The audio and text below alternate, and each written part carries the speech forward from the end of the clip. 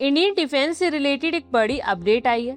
HAL ने कह दिया है कि कैट्स वॉरियर का पहला फ्लाइट डेवलपमेंट प्रोटोटाइप इसी साल रोल आउट किया जाएगा और साथ ही उन्होंने ये भी कहा कि इसकी पहली उड़ान नेक्स्ट ईयर होगी। और ये जो कैट्स वॉरियर है वो अनमेन्ड कॉम्बैट ड्रोन है जो हमारे तेजस और दूसरे फाइटर जेट्स के साथ उड़कर खतरनाक मिशंस को अंजाम देगा। एचएएल ने पहले इसका ग्राउंड टेस्ट बेड रेडी किया था और इस ग्राउंड टेस्ट बेड पर फ्यूल सिस्टम, हाइड्रोलिक्स लाइन और इलेक्ट्रो विंग्स और एवियोनिक्स की टेस्टिंग की, यानी कि ये असली उड़ान से पहले पूरे सिस्टम को ग्राउंड पर टेस्ट किया गया था और अब ये जो ग्राउंड वैलिडेशन है वो पूरा हो गया।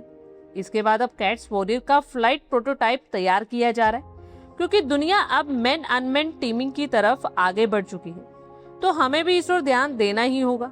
इसी के साथ ही एचएएल ने एक और पुष्टि भी की है, वो ये कि उनके द्वारा डेवलप PTAEW इंजन ने 200 घंटों के फॉल्ट फ्री यानी किसी भी खराबी के बिना ट्रायल को सफलतापूर्वक पूरा कर लिया।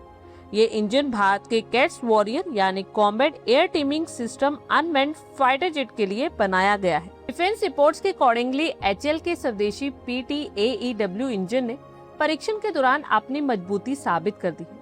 यह अचीवमेंट इसलिए भी खास है क्योंकि भारत अब धीरे धीरे इंजन टेक्नोलॉजी के मामले में दूसरे देशों पर अपनी निर्भरता को कम कर रहा है और वही ये इंजन लॉन्ग ड्यूरेशन के मिशंस के लिए पूरी तरह से तैयार है।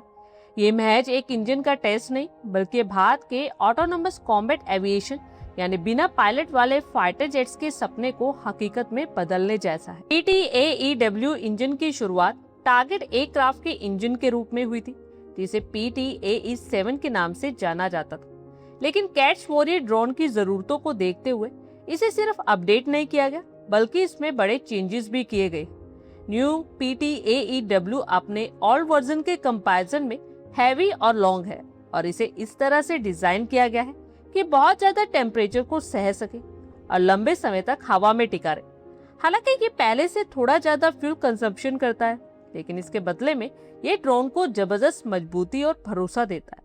इसमें full authority digital engine control और एडवांस इलेक्ट्रॉनिक सिस्टम्स लगाए गए हैं जो इसे पुराने इंजन्स के कंपैरिजन में कहीं ज्यादा एडवांस और सेफ बनाते हैं।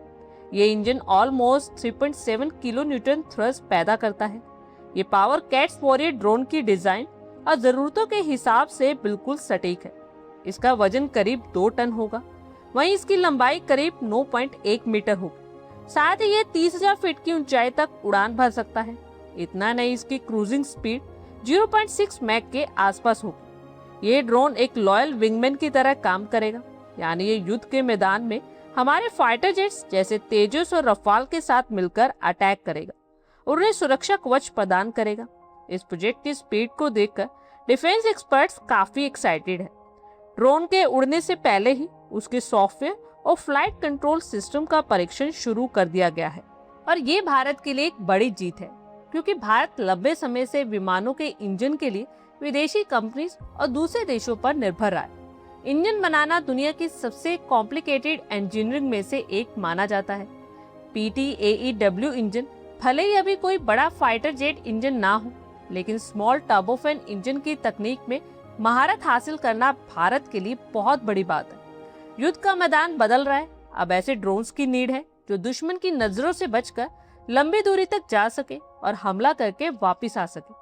ऐसे में इंजन की रिलायबिलिटी सबसे जरूरी होती है, जैसा कि हालिया ईरान इजराइल जंग में देखा जा रहा है।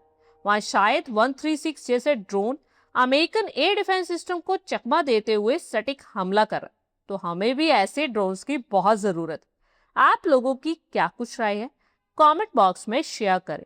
आई होप आपको हमारी ये वीडियो अच्छी लगी हो और आगे भी इसी तरह के अपडेट्स के लिए हमारे चैनल को जरूर सब्सक्राइब करें। धन्यवाद।